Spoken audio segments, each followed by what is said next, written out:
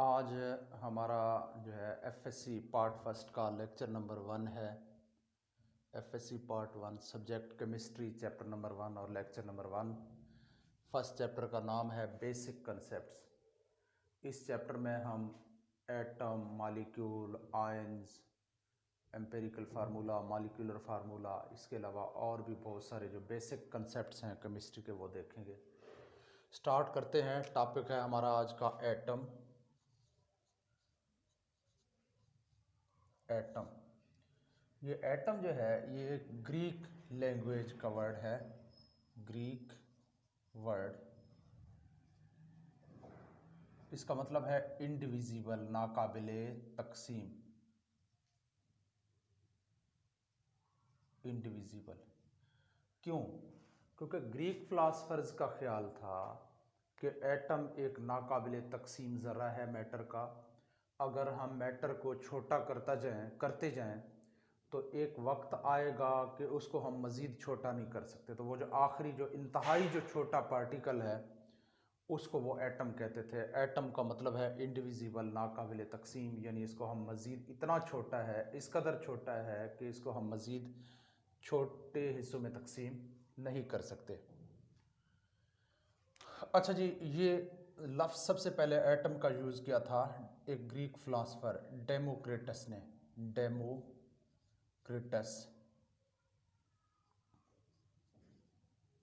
ये तकरीबन 360 BC before Christ, हज़रत ईसा अलैहिस्सलाम की पैदाइश से 360 साल पहले की बात है।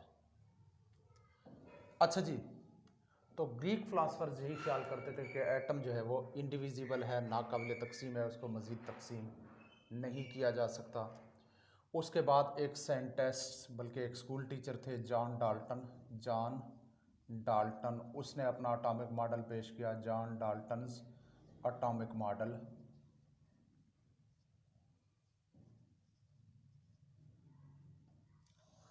जॉन डाल्टन ने कहा कि एटम जो है इंडिविजिबल पार्टिकल है। एटम इज़ इंडिविजिबल, एटम नाकाबिले तकसीम ज़रा है मैटर का। इंडिविजिबल पार्टिकल, सबसे छोटा इंडिविजिबल पार्टिकल। उसके बाद उन्होंने कहा, एक दूसरा पॉइंट था उसका, एटम्स ऑफ सेम एलिमेंट, एक ही एलिमेंट के जो एटम्स होते हैं वो एक जैसे होते हैं। Atoms of same element are similar,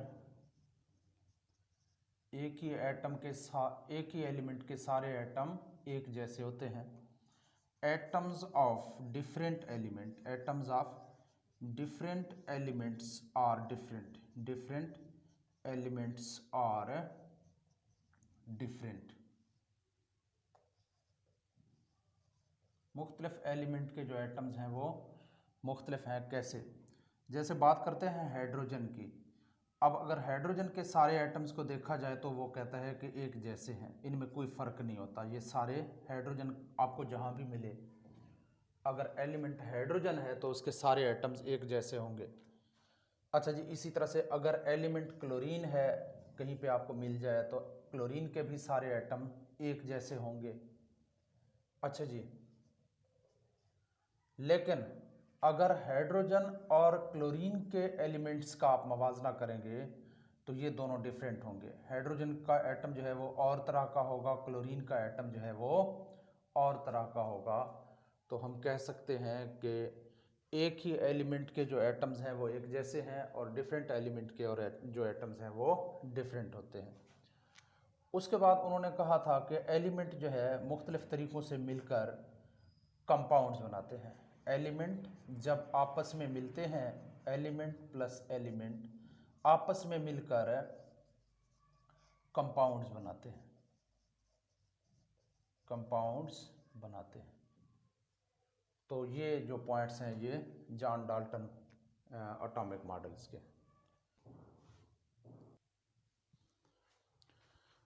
उसके बाद क्या हुआ कि एटम के अंदर मुख्तलिफ पार्टिकल्स दरियाफ्त हुए।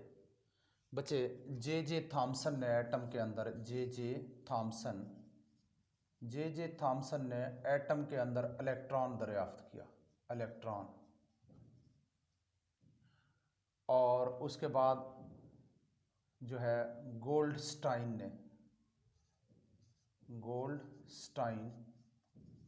ने एटम के अंदर प्रोटॉन दरियाफ्त किया, प्रोटॉन। और उसके बाद जेम्स चैडविक ने एटम के अंदर न्यूट्रॉन दरियाफ्त किया। और आज तक एटम के अंदर हंड्रेड्स ऑफ सब एटॉमिक पार्टिकल्स दरियाफ्त हो चुके हैं, जिनमें से न्यूट्रिनो है, neutrino, anti neutrino,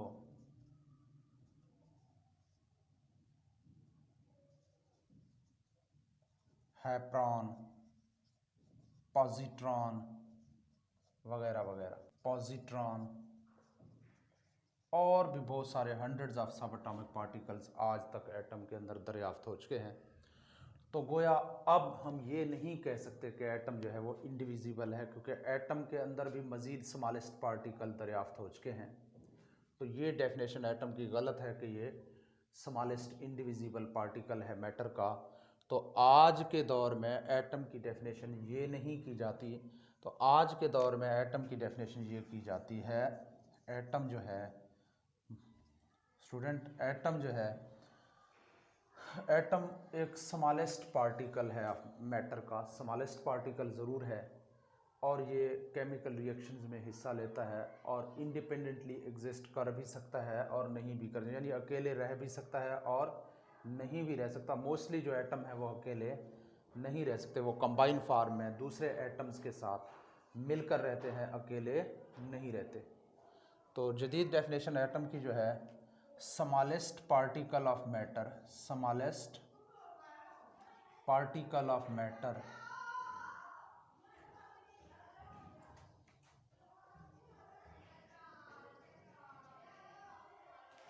which may or may not exist independently,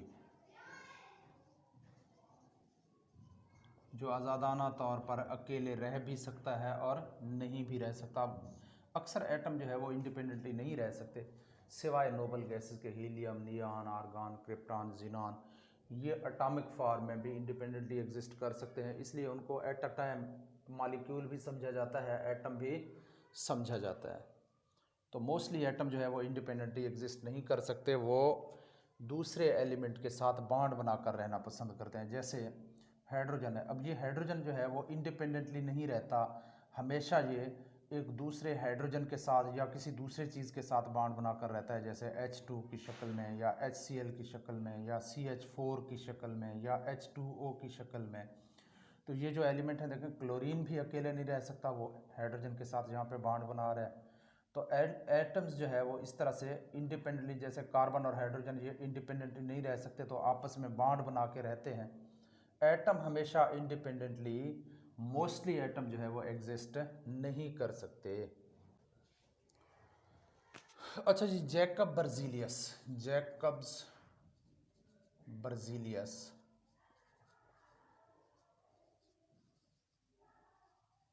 ने एलिमेंट के सिंबल जो है वो एलिमेंट्स को सिंबल दिए थे, सिंबल्स ऑफ एलिमेंट किसने दिए थे, सिंबल्स ऑफ एलिमेंट। जैसे हम हाइड्रोजन को H से जाहिर करते हैं, कार्बन को C से, इनके सिंबल्स हैं ये।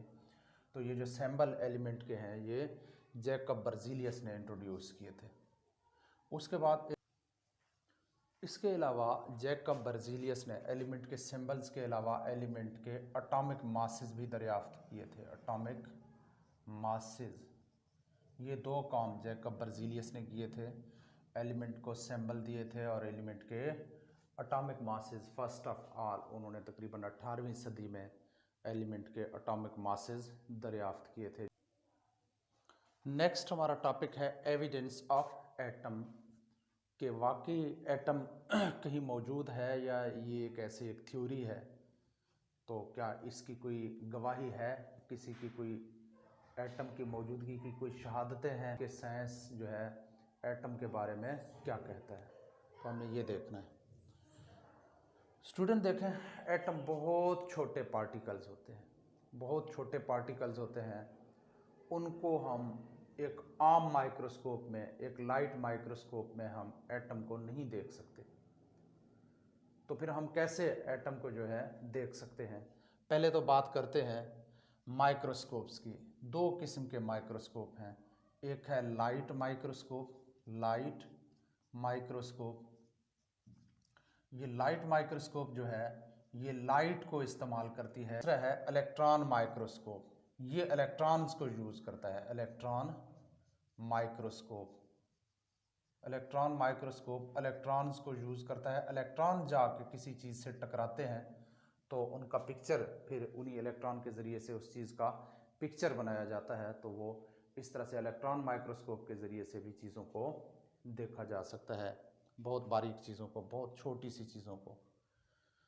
तो जो लाइट माइक्रोस्कोप है, लाइट माइक्रोस्कोप में हम एटम को नहीं देख सकते, ऑब्जर्व नहीं कर सकते। उसकी वजह क्या है? देखें, लाइट माइक्रोस्कोप जो है वो लाइट को इस्तेमाल करता है। रोशनी इस तरह से सफ़र करती है, यूं।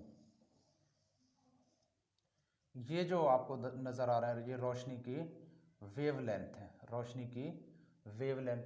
अब रोशनी की जो वेवलेंथ है वो काफ़ी बड़े हैं। अब जैसे एक एटम यहाँ पे पड़ी हुई है तो रोशनी जो है इससे नहीं टकराती, क्योंकि एटम बहुत छोटा है और रोशनी के जो वेवलेंथ है वो काफ़ी बड़े हैं, तो रोशनी उससे नहीं टकराती। तो इसलिए जो है हमें एटम लाइट माइक्रोस्कोप में हम एटम को नहीं देख सकते। हम चीज़ों को देखते कब हैं? हम चीज़ों को उस वक्त देखते हैं जब किसी चीज़ से जाके लाइट टकराती है। लाइट के टकराने के बाद उसकी जो इमेज है वो रिफ्लेक्ट होकर हमारी आँख में आती है, तो फिर हमें चीज़ें जो है वो दिखाई दे।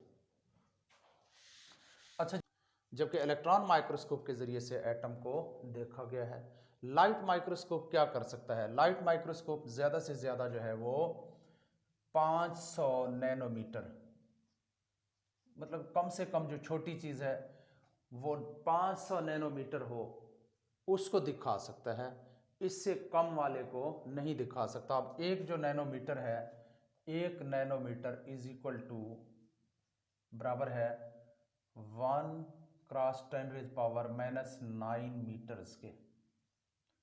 तो एक बहुत नैनोमीटर बहुत छोटी सी चीज़ है, लेकिन जो लाइट माइक्रोस्कोप है वो 500 नैनोमीटर तक की चीज़ को दिखा सकता है, इससे छोटी चीज़ को नहीं दिखा सकता।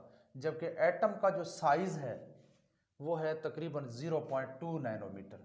जो साइज़ ऑफ एटम है, साइज़ ऑफ एटम जो है वो तकरीबन 0.2 नैनोमीटर है, एक बहुत छोटी सी चीज़ है। ये माइक्रोस्कोप तो 500 नैनोमीटर तक देख सकता है, लाइट माइक्रोस्कोप। इसलिए एटम को हम लाइट माइक्रोस्कोप के ज़रिए से नहीं देख सकते। तो फिर एटम को देखने के लिए इलेक्ट्रॉन माइक्रोस्कोप को यूज़ किया जाता है। Electron microscope beam of electron को यूज़ करता है, यूजेस बीम ऑफ इलेक्ट्रॉन, इलेक्ट्रॉनों की एक बीम को इस्तेमाल करता है।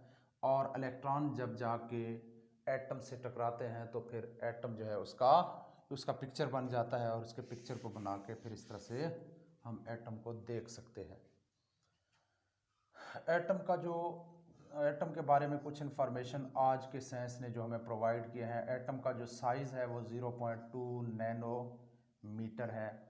एटम का जो मास है वो है 1×10⁻⁻27 kg जो है से लेकर 1×10⁻⁻25 kg तक है। कुछ एलिमेंट का, एटम्स का जो मास है वो थोड़ा ज़्यादा है, कुछ का कम है।